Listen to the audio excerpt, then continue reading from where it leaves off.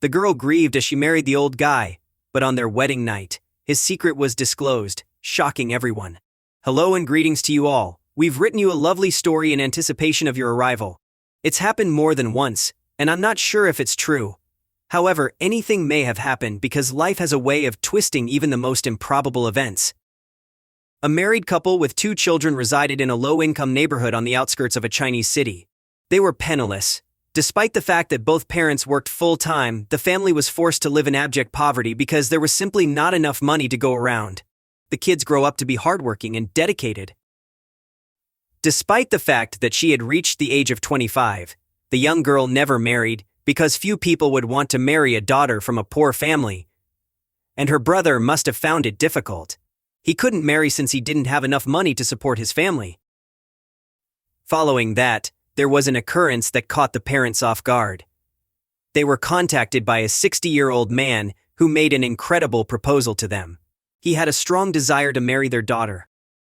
When he divulged his last name to them, the entire family was taken aback. He was the city's wealthiest merchant at the time. The beleaguered parents were at a complete loss for what to do. They had been tortured. In exchange for money, they were obliged to give him their young daughter. And yet only a few times to such an elderly groom. The mother and father visited their daughter after their conversation with her surprise visitors concluded and told her the whole truth. When Zhao discovered how old he was, she was astonished. The fact that he was the city's wealthiest person just added to her surprise. The young lady cried hysterically. She did, despite her unfortunate situation, agree with her parents in her heart. On a daily basis, their family fought a lost battle against poverty. This union has the ability to completely transform their lives. Zhou's deed would have benefited not only her parents but also her brother, because if they had heard about it, some of the families would have sought to approach the extremely rich family. Despite the fact that she had been seeing him all night, the girl agreed to meet him the next morning. As she anticipated the arrival of her prospective spouse, Zhao was filled with fear. The bride was initially depressed by the groom's wrinkles and hunched back, but she ultimately became accustomed to it. The bride and groom were preparing for their nuptials. The elderly guy paid her frequent visits. For hours, the two of them conversed. The bride was taken by surprise by the groom's refusal to approach her and instead kept his distance. This weird incident had perplexed her. She was also stunned to discover that the elderly gentleman enjoyed reading and had a healthy level of physical exercise through his life. The prospective spouse made it evident in his gentle and attentive handling of the young girl that he will always be respectful of her job. Was taken aback, thinking that the old guy had aroused not only her profound regard, but also true affection for him. As the wedding day approached, the bride began to reconsider her decision to bean her. She became much more relaxed and content as her health improved. Despite the fact that she will marry a man who is past his prime, he is clever, thoughtful, and respectful. In addition, he is quite wealthy and willing to help the entire family. Who knows what else a poor young beauty could want? Because Xiao cried at the wedding. Regardless of the fact that it was her first wedding, she was overcome with mixed feelings. The large age gap between them was difficult for her to accept. The celebration was lively and flavorful. She was nervous about the wedding night, but when her husband left the room to use the restroom and didn't return for a long time, she became frightened. But then something happened that she couldn't shake, and it completely caught her off guard. A thin, youthful, and gorgeous man opened the door to the bedroom. The young lady was so afraid that she hid behind her blankets. In her chest, her heart was beating wildly. The man approached her. Her ex-spouse's voice was the one she recognized. What a wonderful ruse that was revealed to be. For quite some time, that excellent makeup artist had been working on him, converting him from a gorgeous young man into an aged man. He was the heir to a vast fortune. Girls were drawn to the affluent and gorgeous man, but he chose to marry a man who cared more about his soul than his fortune. So one day he came into Zhao's office, fell head over heels in love with the gorgeous young lady, tracked her down, and went to her house. He observed she was intending to marry an elderly man merely for the sake of having children. He did, however, notice that the girl had a genuine and pleasant demeanor, and he decided to do an extraordinary experiment on her. He told the bride about his evil plan shortly after the wedding ceremony had ended. He knelt in front of his wife and begged her to take responsibility for his actions. He was flabbergasted, but she was overjoyed as well. It was as though magic had brought together a genuinely wonderful family. People should not be evaluated purely on their looks. Make a conscious effort to see the soul and everyone around you.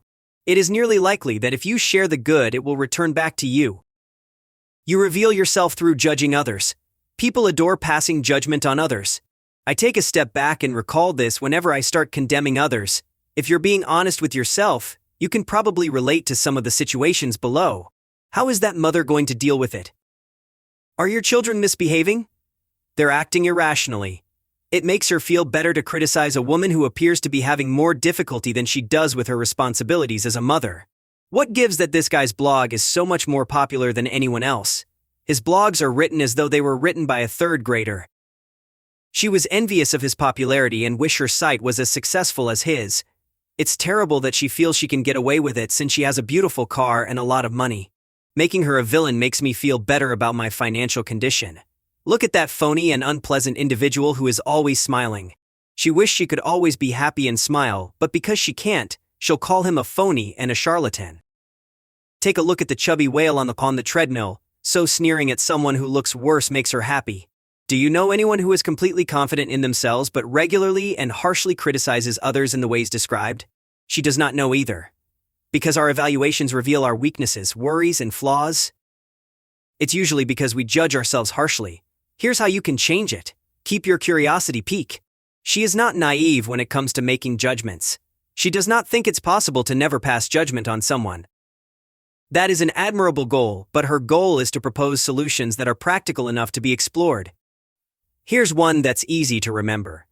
When you're tempted to pass judgment on others, remember to keep your interest and refrain from passing judgment. Judgment keeps us silent and inhibits us from really comprehending. To be honest, most people's judgments are based on insufficient information. When she saw people acting absurdly, foolishly, or worse, she thinks to herself and wonders what's wrong with that person. This is obviously easier said than done. After condemning the two women acting like mean girls at the gym, she was able to take a step back and study their behavior with curiosity. She's left wondering what two grown women would do to a woman who is just minding her own thing at the gym. She was able to transition from judgment to inquiry and into a more positive frame of mind as a result of this procedure. Nobody can judge her more harshly or viciously than she has judged herself. This is something you'll have to blame on her for. While this is all true, seeing others suffer from vicious mockery and jokes still saddens her, and she felt obligated to act even though the woman on the elliptical didn't hear a word the two women in line said about her. She screamed at the two women who stated, "Shamu," she does not want to waste her time on non-listeners. Instead, she gave a friendly grin to the lady on the elliptical. She smiled back and sat back, focusing on her workout like a champ as I walked to the locker room. She didn't do much, but she only wanted her to know that in a world where she would be harshly judged, she would not be one of those individuals.